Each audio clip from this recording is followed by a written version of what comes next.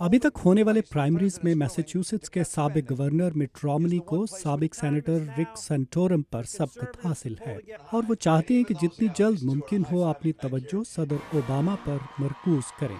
उन्होंने कहा था कि अगर वो पहले 3 साल में हालात बेहतर नहीं कर सके तो वो दोबारा मुंतखब नहीं होना चाहेंगे। हम इसे यकीनी बनाएंगे। रिपब्लिकन पार्टी की प्राइमरीज में पार्टी डेलीगेट्स जीतने की दौड़ तूल पकड़ गई है और ख़त्म होती नजर नहीं आ रही, जिससे माहिरीन का ख्याल है कि सदर ओबामा को फ़ायदा होगा।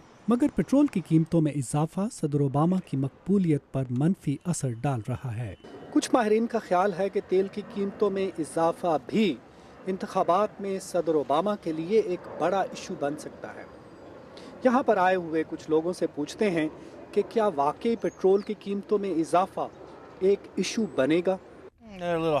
अभी पेट्रोल की कीमतें कुछ ज्यादा हो गई हैं। मैं अभी गाड़ी चलाकर यहाँ आया हूँ तो मुझे पेट्रोल पर ज्यादा खर्च करना पड़ा। मेरा ख्याल है ये सब ईरान और इसराइल के बारे में कयास आराइयों की वजह से है। मेरे ख्याल में ज़ाती तौर पर सदर का तेल के मसले से कोई ताल्लुक नहीं।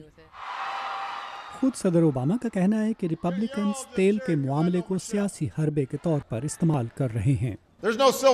इस मसले का कोई हल ही नहीं है और अगर कोई आपको कहे कि ऐसा है तो वो किसी हकीकी हल की तलाश में नहीं है, वो शायद सिर्फ सियासत चमकाने के चक्कर में है।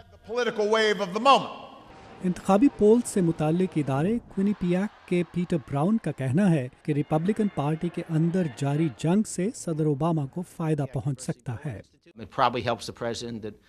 पहले रोमनी और गिंगरिच और अब रोमनी और रिक सेंटोरम के एक दूसरे के खिलाफ कीचड़ उछालने से शायद सदर ओबामा को फायदा पहुंचेगा। मगर वाशिंगटन में एक सियासी तजियाकार कहते हैं कि नवंबर तक हालात बदल सकते हैं। मौजूदा हालात में तो ये सोचना बज़ाहिर माकूल सी बात लगती है कि सदर ओबामा दोबारा जीत जाएंगे, लेकिन उनकी दूसरी मुद्दत के लिए जीत को यकीनी कहना मुश्किल होगा। इंतखाबात से मुतालिक ताज़ा जायज़ों से जाहिर होता है कि सदर ओबामा रिक सेंटोरम को तो आसानी शिकस्त दे सकेंगे, लेकिन अगर मिट रोमनी रिपब्लिकन जुमात के उम्मीदवार नामजद होते हैं तो ये मुकाबला ज़रा सख्त होगा। जिम मलोन के साथ नदीम याकूब, उर्दू VOA, वाशिंगटन।